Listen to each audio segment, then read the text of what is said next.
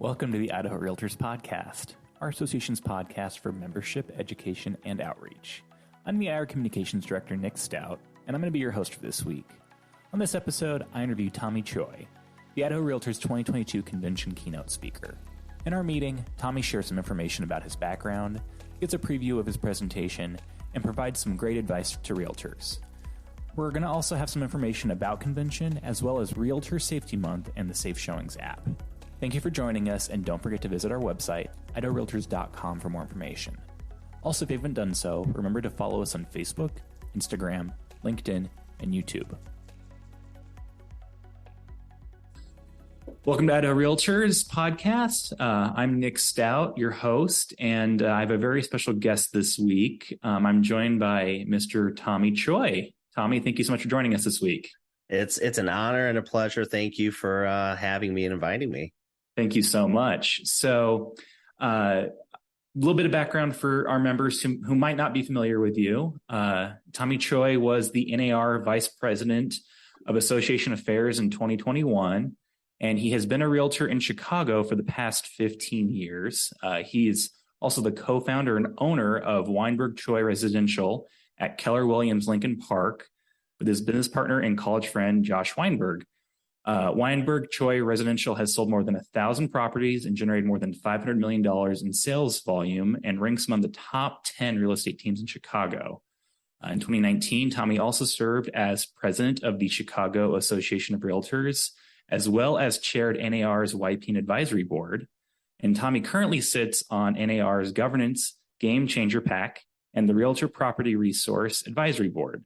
He is a graduate of the NAR Leadership Academy and Bradley University, and he was named the Chicago Association of Realtors Realtor of the Year in 2020.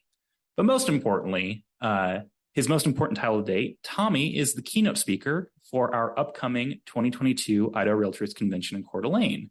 And he will be opening our week-long convention on Tuesday, October 4th. And we are so thrilled to have him join us both for the convention and for this little bit of a preview today. So, Tommy, thank you again. Thanks for having me. I feel like if you want to, you can edit that out and just say Google him, and save people time from all the boring stuff. But I appreciate you sharing some of those things. But yes, you're right. Number one and most important is that I get to the honor and the privilege to deliver a keynote at your state conference. We're so thrilled. It's going to be a great week. It's going to be a great event, and we're so happy that you're kicking it off for us with your keynote on the 4th. And, I kind of have some questions prepared for you today, and I'm hoping that, if we have any members listening to this who might not know who you are or might not know what's going on at convention or might not be planning on going to convention, this might give them a little bite-sized preview of kind of your presentation and maybe help, get them excited for what they're going to see when they come to Coeur d'Alene next week, or I suppose in a week and a half. Yeah. From the day of this recording. So. So my first question for you, and this is just kind of, a broad question, but have you ever been to Idaho before? And if so, where and what was your experience like? So great question. And I have only once before, and it was actually earlier in the year, and it was in Coeur d'Alene. Oh, wow. Okay. It was for your Region 12 meetings. And, RVP from Washington, Dale Chumley, had asked me to come and speak. And that's where David somehow I must have, struck a nerve in a positive way with David. And he kindly asked me to come join with you all in a couple weeks to share the same message. So only once, Coeur d'Alene, beautiful. Holy crap. I mean, yeah. the lake, the views, the mountains. But I'll tell you, it's kind of hard to see in this video, but I'm a kind of a chubby guy, and I like to eat a lot. And I really am looking forward to, after being with, all the Idaho realtors, going back to the burger spot on the main street. Hudson's, is that the name of it? Yes. Yeah. Yeah. And it's like, like $3 burgers or something like that. And they just make them fresh right there on the griddle, smash burger style. Love that. Very awesome. Very cool spot. So I'm looking forward to that as well. Well, my fiance actually grew up in Coeur d'Alene, so I'm down here in Boise, but Coeur d'Alene's like my backyard in a lot of ways, and I'm hope you can come back in the future to see some of the other great areas of our state. But, if all you've seen so far is Coeur d'Alene, it's a great corner to go see. And it sounds like you already kind of know the lay of the land a little bit. So hopefully you'll have a little bit more fun this time around, right? Yeah, exactly. And I love to come back to explore the rest of the state, because I'm sure it's just as beautiful and a lot to offer. Yeah, we sure do love it here. My next question for you is, I kind of went over a little bit of your association stuff in our intro, but what can you tell us about your association and your market in Chicago? Yeah, great question. So, as you mentioned, I'm still in production. I'm very actively in production. We're a top 10 team, the Weinberg Choi team, out of 19,000 realtors in Chicago. And then I also own our brokerage, the Keller Williams brokerage as well. And we're, a top 5 brokerage in the city. So I share that with you because I'm very active, and I can connect and relate with a lot of, I'm sure the Idaho Realtor members who are actively in production and serving their clients. That being said, it's interesting because Chicago, it's a tale of two markets.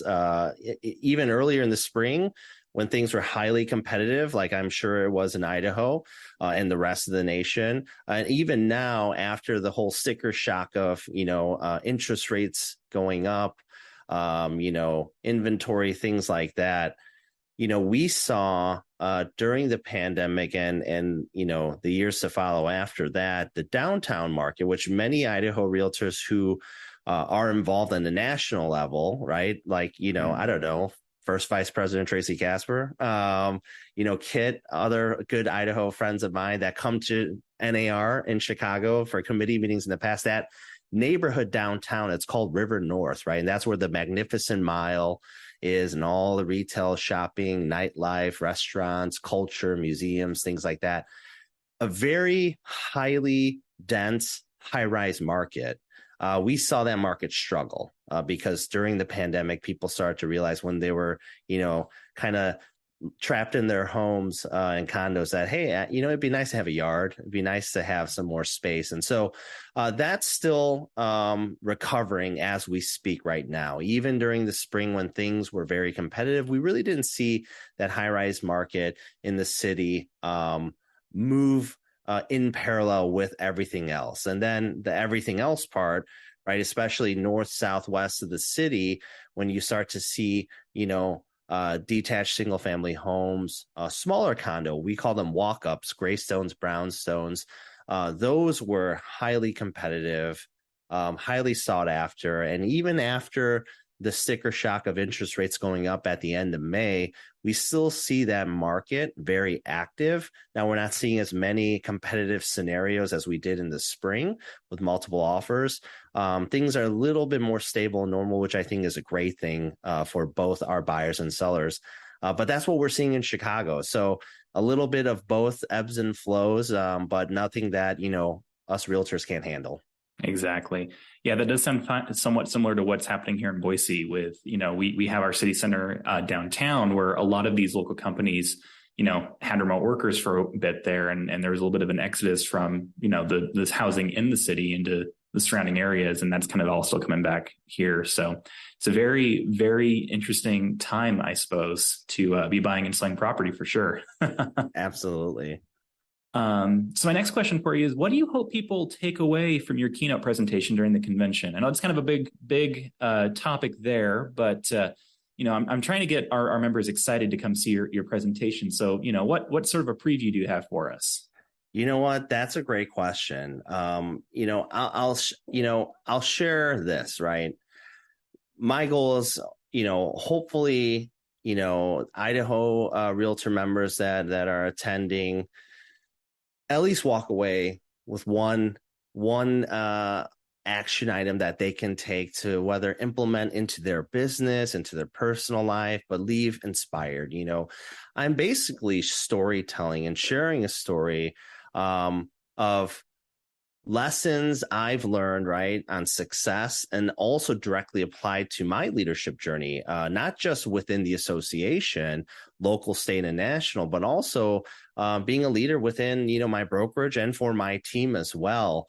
And all these lessons, believe it or not, I observed from all these years going to my dry cleaner, dropping my clothes off, suits, getting alterations and tailored, watching my dry cleaner running a small business and how she runs a small business. I picked up so many little nuggets that I've used in my life. And I'm going to share those examples directly with our audience in a couple weeks here. And so, my goal is that they feel inspired.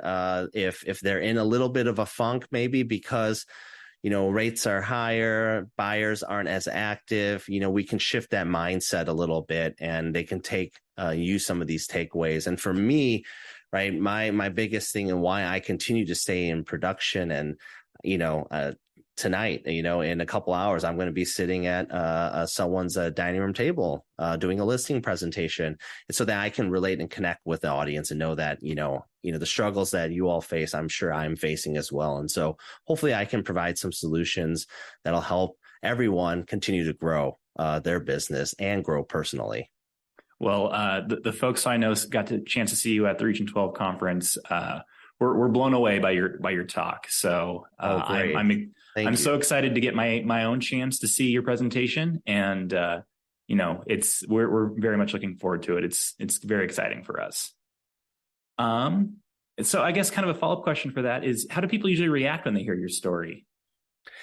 That's a great question. I mean, and so far, right, it's been very positive. I've gone, my favorite thing, my goal hasn't always been like, hey, I want to, be on stage and be a speaker. I'll share a quick story.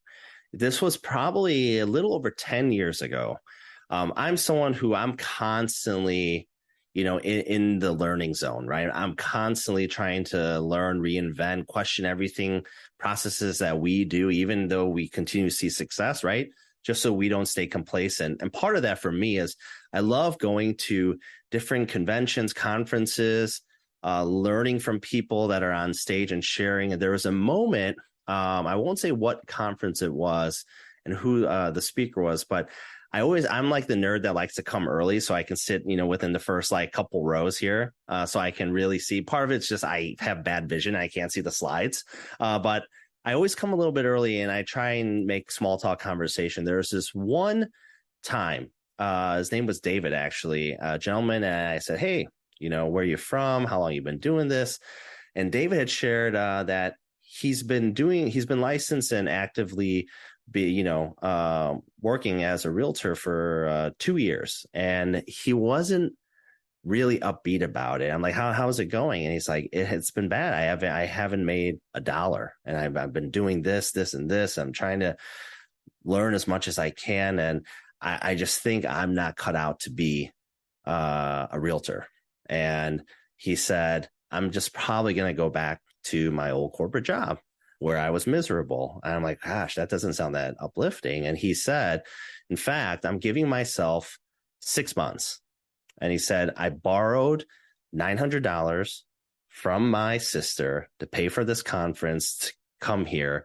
My goal is to be a sponge and absorb as much as I can, implement what I can, and walk away and hopefully, see some money. Right. And I remember thinking, wow, that is pretty heavy. And then, speaker comes out and the speaker's just sharing, they haven't sold in 30 years. They're talking about, using a phone book. And I was just, I kind of sunk in my stomach, and I thought about David, and I see him frivolously taking notes. I'm just like, man, this person swallowed his pride, asked his sister, borrow money to come here. And this is kind of the information that's out there that I personally, right? Everyone else might have been fine, but I personally didn't make a connection with. And so I share this with you because that's what has fueled and motivated me to be able to share things like this. This is not, my passion to be on stage. I love helping people buy and sell real estate. But for me, being able to share and draw upon my successes and experiences, hoping that the Davids in the audiences will make a connection and see some growth, right? That's what fuels me. And I have a whole box full of these handwritten notes that after coming back, maybe 3, 4, 5 months later, people following up saying like, hey, I did this, this, and this, and it's working and it's great. Thank you so much. That's the stuff that really fuels me, right? Being able to help and connect with people. And so that's the type of reactions that I love to hear because, like I said, I'm doing this because I want to be able to give back. Because I learned from so many other people. And so, hopefully that's the same reaction I'll get here in Coeur d'Alene. Well, that's incredible. And yeah, I know you certainly made an impact on our David. So you have a good history of having an impact on David's, it seems. But yeah, there you go. So I might have to ask in the writer, fill the audience with Davids. Yeah. The Idaho Realtors 2022 convention is just over a week away. This year's convention will be held at the Coeur d'Alene Resort from October 4th through the 7th. Up to 45 Idaho CE credits will be available throughout the week. If you visit idahorealtors.com/convention, you can see our whole convention survival guide with information about the agenda, registration, transportation, venues, and more. If you haven't done so already, register today and join us for one amazing week. September is Realtor Safety Month, and Idaho Realtors cares deeply about the safety and security of our members. That is why we have made the Safe Showings app a free benefit for all of our members. Visit idahorealtors.com/safeshowings to claim your free account and register today. Why did you become a realtor, and what do you like most about being a realtor? That's a great question. So, like many of, us colleagues, real estate wasn't, a first career for me, right? My first job out of college was working for a Fortune 100 company. I was an inside sales rep, which is, a really softer way of saying I was making 130 cold calls a day. And the accounts that I was calling on were state and local government, healthcare IT directors. Okay. So it's basically imagine going to the DMV 130 times a day. That's what it basically felt like here. No one wanted to really talk to me trying to sell computer and IT equipment there. But you know what? I followed. I'm big about proven tracks and formulas, right? They told me if I did those 130 calls, that eventually in 3 years I'd be on a path to making a 6-figure income, and I did that. And I followed it, and I hit the milestone. But I was miserable. I was not happy. The first thought I had every morning when I woke up was, what day is it and how many days until the weekend, right? Yeah. I was literally living that song, living for the weekend here. And so when I was ready to just, hey, I need to make a change, right? Because at that point in my life, especially being young, like I think I was 23, 24, my definition of success at that point in my life was what my W-2 said at the end of the year, right? I thought success was measured by, financial gains, monetary amounts of money, right? And to me, at that time in my life, I thought, wow, I kind of hit that. Like, I feel like that's a lot of money. It is a lot of money. And I said, well, I don't feel successful, right? I'm miserable every single day. So I decided to pivot, and I said, what I'm going to seek out in my next career here is going to be happiness. That's going to be my definition of success, that I'm happy. Every day I wake up, I'm just happy, and I don't care what day of the week it is. And now a lot of people, when I share that, are like, so how'd you know real estate made you happy?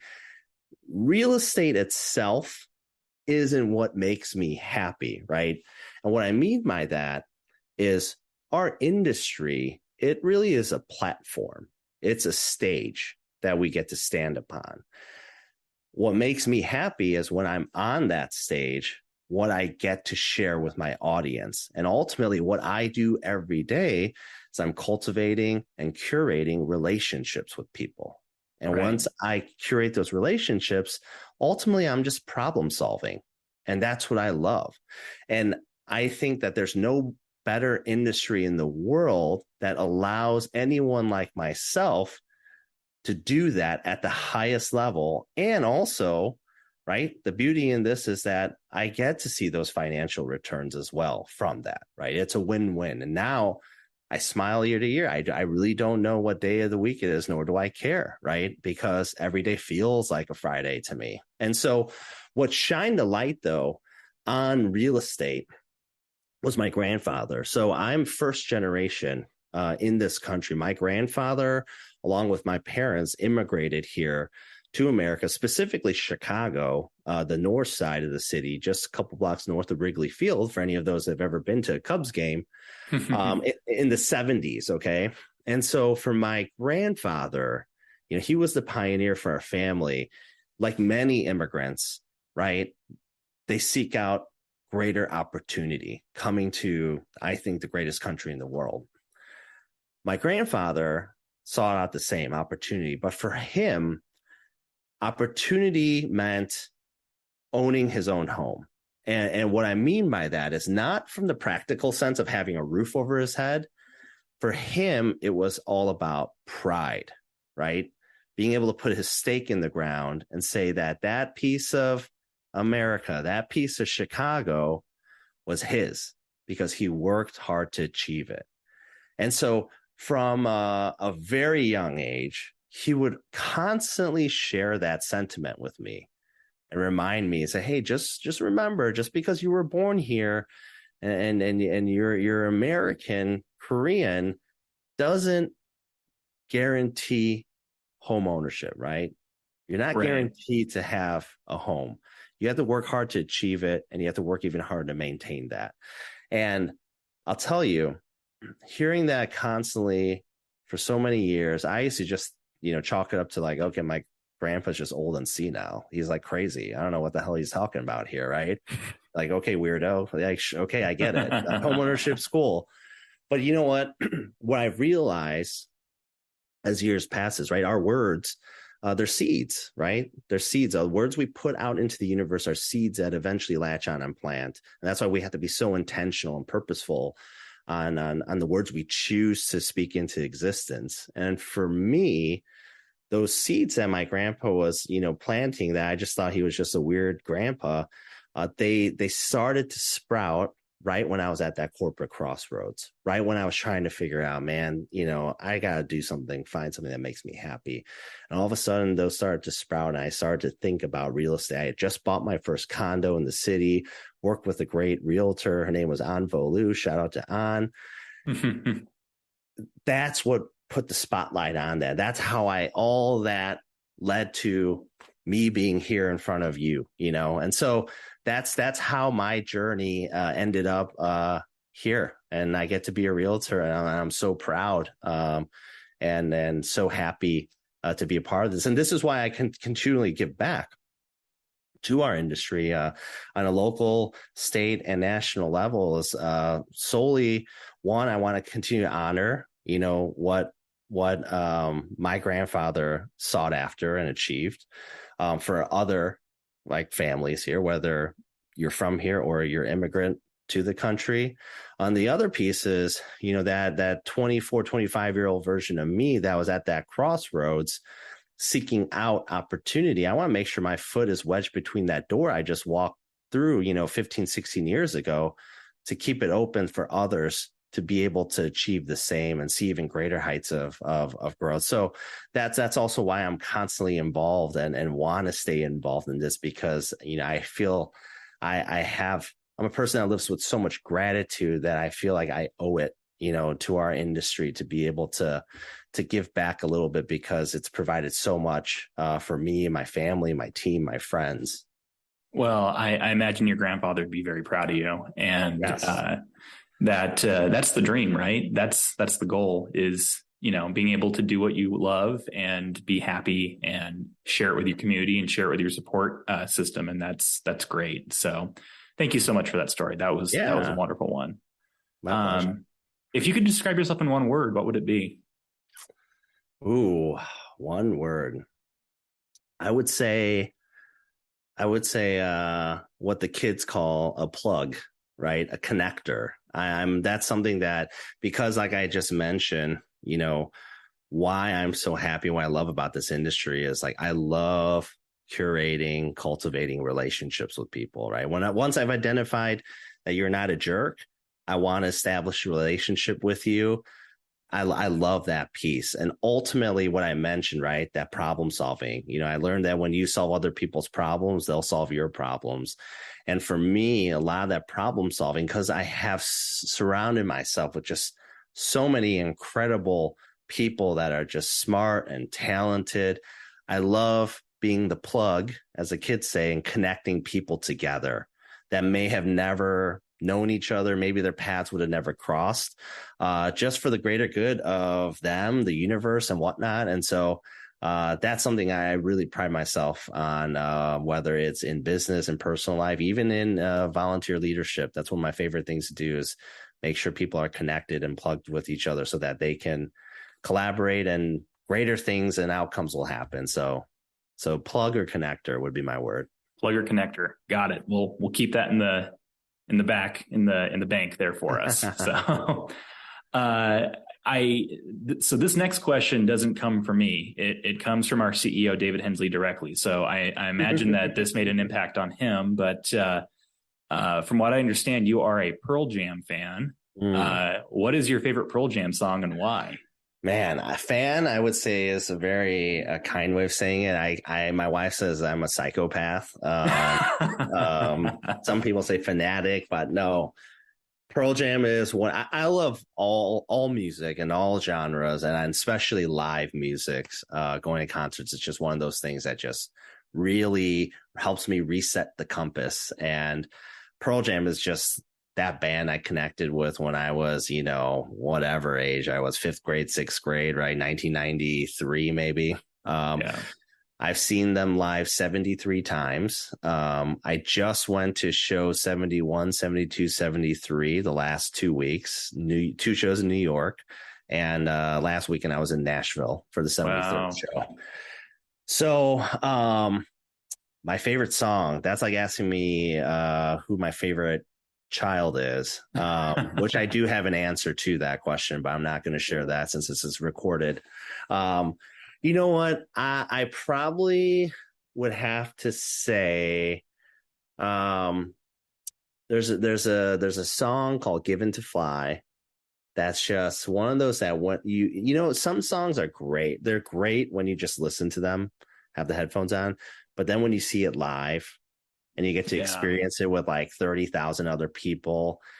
And that's the new memory that's created when you hear that song. That was one of those songs for me that, when that song comes on, when they play live on stage, it's just electric. And everyone, they have their own connection to that song. It's very cathartic.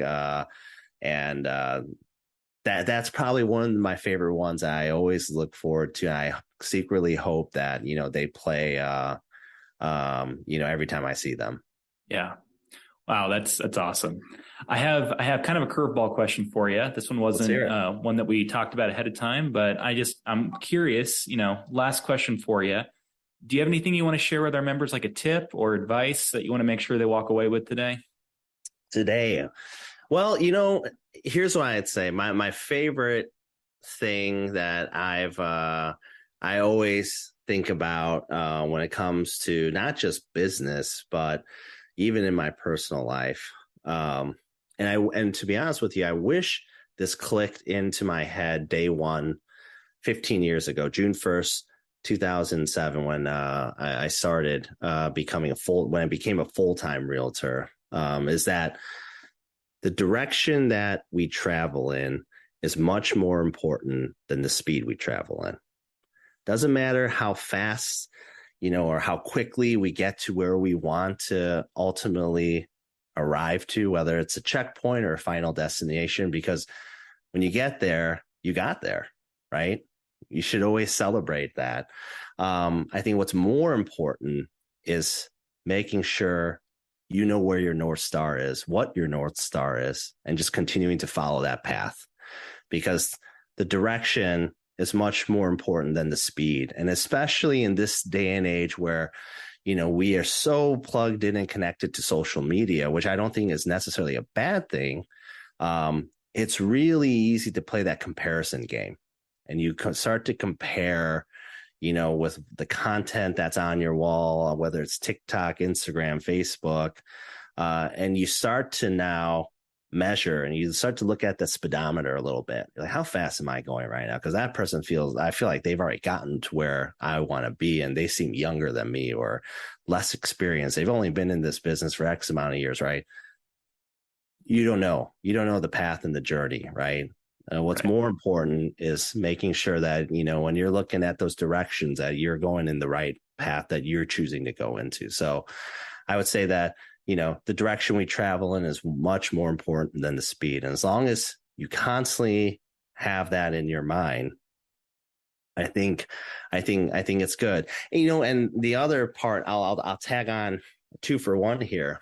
Because I also see this, and this was something I even struggled with at times, is that, sometimes then when you arrive at that destination, or maybe even it's just a checkpoint, right? A goal that you achieve, because of the same reasons I said with social media, comparing even in person to maybe someone else in your office, maybe it's even in our volunteer servant leadership roles, right? Seeing people ascend to certain positions and getting fixated on titles, whether they're chairs or board members and whatnot. We arrive to a place where we want to be, and instantly we're ready for, where's the next spot? Where am I going to now? Okay, that was cool, but I have more to go, which is, yeah, I'm sure, right? We all have more what we want to achieve. But what I would empower, our viewers and listeners to do is that when you are following your North Star and you hit those checkpoints and milestones that you're looking for, make sure you take time to celebrate and enjoy in that moment.